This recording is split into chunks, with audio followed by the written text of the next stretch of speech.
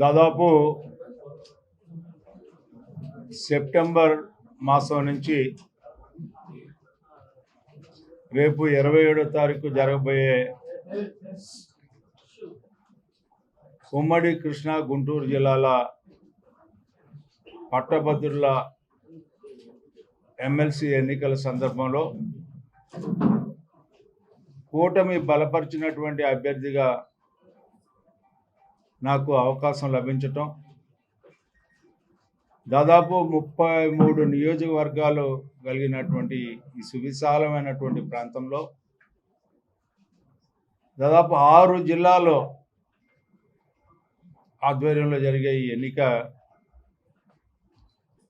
ఎంతోమంది అభిమానులు, తెలుగుదేశం పార్టీ నాయకత్వం, అదేవిధంగా కూటమిలో భాగస్వాములైనటువంటి జనసేన నాయకత్వం, బీజేపీ నాయకత్వం, వీరందరి యొక్క సహకారంతో ఈ 6 నెలల కాలంలో తొలి విడతగా ఓటర్ల నమోదు కార్యక్రమం, ఓటర్ల వెరిఫికేషన్ కార్యక్రమం, క్లెయిమ్స్ అండ్ అబ్జెక్షన్స్ కార్యక్రమం, మళ్ళీ విడత ఓటర్ల జాబితా, ఆ తర్వాత ఇంటింటికి కూటమి నాయకత్వంలో ప్రతి ఒక్కరిని కలవాలనే ప్రయత్నం. దీంట్లో భాగంగానే పట్టభద్రుల్లో ఉద్యోగాలు, సంఘాలు, ఉద్యోగస్తులు, నిరుద్యోగ యువత, రైతులు, కార్మికులు, మహిళా ఉద్యోగస్తులు, వాణిజ్య వ్యాపార రంగంలో ఉన్నటువంటి పట్టభద్రులు, ఈ రకంగా ప్రతి పట్టభద్రుడిని ఏ రూపంలో ఉన్నా ఆ రూపాలన్నింటినీ కూడా అందరినీ కలిసి ఒక పాజిటివ్ ఆలోచనని కల్పించి ప్రగతికి ఓటేయండి, మీరు గెలిపించిన చారిత్రాత్మకమైనటువంటి తీర్పు ద్వారా ఏర్పడినటువంటి కూటమి నాయకత్వాన్ని మరొకసారి గెలిపించాల్సినటువంటి బాధ్యత మీ ముందుంది. నేను ఒక వ్యక్తిగా మాత్రమే పోటీ చేస్తూ ఉన్నాను ఎమ్మెల్సీ అభ్యర్థిగా, కానీ మీరు చేయాల్సింది, ఆలోచించాల్సింది ప్రగతికి పీట వేయాలి, అభివృద్ధికి సోపానం పట్టాలి, సుస్థిరమైనటువంటి పాలనకి మీరు మద్దతు పలకాలి అని చెప్పి నేను అనేక సందర్భాల్లో కలిసిన ప్రతి ఒక్కరికి విజ్ఞప్తి చేస్తూ వచ్చాను. ఎందుకంటే ప్రశ్నించే గొంతుకులు అని చెప్పి కొంతకాలం మోగపోయి పోరాడుతున్నాం, మేము గొప్పవాళ్ళం అని చెప్పి చెప్పుకునేవాళ్ళు అవసరమైనప్పుడు పోరాడకుండా ఎప్పుడో పోరాడామని చెప్పి చెప్పుకునే ఆలోచనలు కాదు మనకు కావాల్సింది. మన గురించి ఆలోచించే నాయకత్వం ఎక్కడుంది?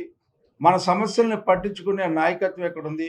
మన సమస్యల్ని పరిష్కరించే నాయకత్వం ఎక్కడుంది? గత ప్రభుత్వం చేసినటువంటి పాపాలను కూడా బాధ్యత వహించి అది ప్రజలకి ముట్టుకోకుండా ప్రజల యొక్క అభివృద్ధి గురించి సామాజికంగా, ఆర్థికంగా, రాజకీయంగా ముందుకు తీసుకెళ్లే నాయకత్వం ఎక్కడుంది అని చెప్పి ఆలోచన చేయాల్సినటువంటి బాధ్యత పట్టభద్రుల మీద ఉంది అని నా యొక్క ఆలోచన. ఇదే విధానంతో నేను ఈ ఎన్నికల ప్రచారం ఈరోజు వరకు చేసుకుంటా వచ్చాను. ఎందుకంటే ఈ ప్రాంతం అంతా కూడా సారవంతమైనటువంటి భూములు, చైతన్యవంతమైనటువంటి నాయకత్వాలు, అదేవిధంగా ఎంతోమంది ఇక్కడ ఎంతో గొప్ప నాయకులు పుట్టినటువంటి ప్రాంతం, పోరాటాల పురిటిగడ్డ, ఉద్యమాలకు ఊపిరిపోసినటువంటి ప్రాంతం ఈనాడు కొంత నిస్సారమైంది. ఎందుకు అయింది? ఏ రకంగా అయింది? ఇక్కడ రాజధాని లేకుండా చేయటం వల్ల, ఒక మసిబూసి మారేడికాయ చేసి ఈ ప్రాంతం యొక్క సామాజిక, ఆర్థిక, రాజకీయ విధానాలన్నింటినీ కూడా మంట కలపడానికి ప్రయత్నించినటువంటి గత పాలనకి ఎవరైతే ఆ రోజున వంత పాడారో, ఈ రోజున ఎవరైతే ఆ యొక్క ముసుగులో పోటీ చేస్తూ ఉన్నారు, వాళ్ళందరికీ కూడా బుద్ధి చెప్పాల్సినటువంటి సమయం ఆసన్నమైందని చెప్పి మీకు మనవి చేస్తూ, ఆ రకంగా మీరు ఆలోచించినట్టయితే ప్రగతికి ఓటు, అభివృద్ధికి ఓటు, మంచికి ఓటు, సుస్థిరమైనటువంటి పాలనకి ఓటు వేయటమే ఈరోజు నా గెలుపు అని చెప్పి, ఇది ప్రజా గెలుపు అవబోతా ఉంది. మరొక విజయాన్ని, ఒక సంకేతాన్ని ఈ రోజున ఈ ప్రభుత్వానికి మద్దతుగా ఇవ్వబోతుంది అని చెప్పి ఈ రోజున మీకు విజ్ఞప్తి చేస్తూ, ఈ రోజు వరకు ఈ యొక్క కార్యక్రమంలో నాతో పాటు పాలు పంచుకున్నటువంటి నాయకత్వంలో ఉన్నటువంటి ప్రతి ఒక్కరికి, కార్యకర్తలకి, అదేవిధంగా ప్రజలకి రేపు జరగబోయే 27వ తారీఖున మీ అందరి యొక్క పవిత్రమైన ఓటు, మొదటి ప్రాధాన్యత ఓటు 1 అనే అంకి మీద వేసి నన్ను గెలిపించమని చెప్పి హృదయపూర్వకంగా విజ్ఞప్తి చేస్తూ, నాకు ఈ అవకాశం కల్పించిన ప్రతి ఒక్కరికి కూడా, మరి ముఖ్యంగా పెద్దలు చంద్రబాబు నాయుడు గారికి, పవన్ కళ్యాణ్ గారికి, పురంధేశ్వర్ గారికి, యువ నాయకుడు నారా లోకేష్ గారికి హృదయపూర్వకమైనటువంటి ధన్యవాదాలు తెలుపుకుంటూ, ఈరోజు ఈ ప్రాంతాన్ని కాపాడుకుందాం, ఈ ప్రాంత అభివృద్ధికి పాటుపడదాం, ఈ ప్రాంతం యొక్క ప్రగతిని మన కళ్ళతో మనం చూసి ఆహ్వానిద్దాం, మన సమస్యల్ని పరిష్కరించుకుందాం.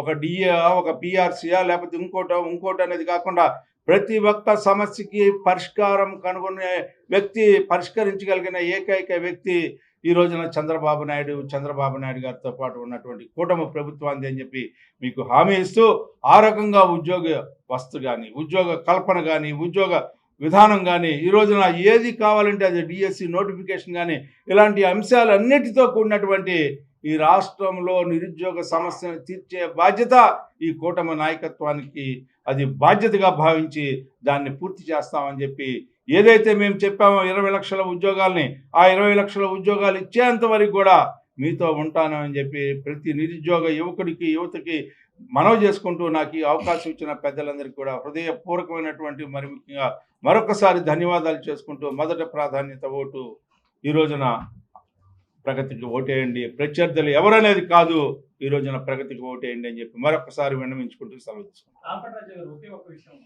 మాట్లాడండి, మిగతా ఎందుకంటే 4 minutes ఉంది.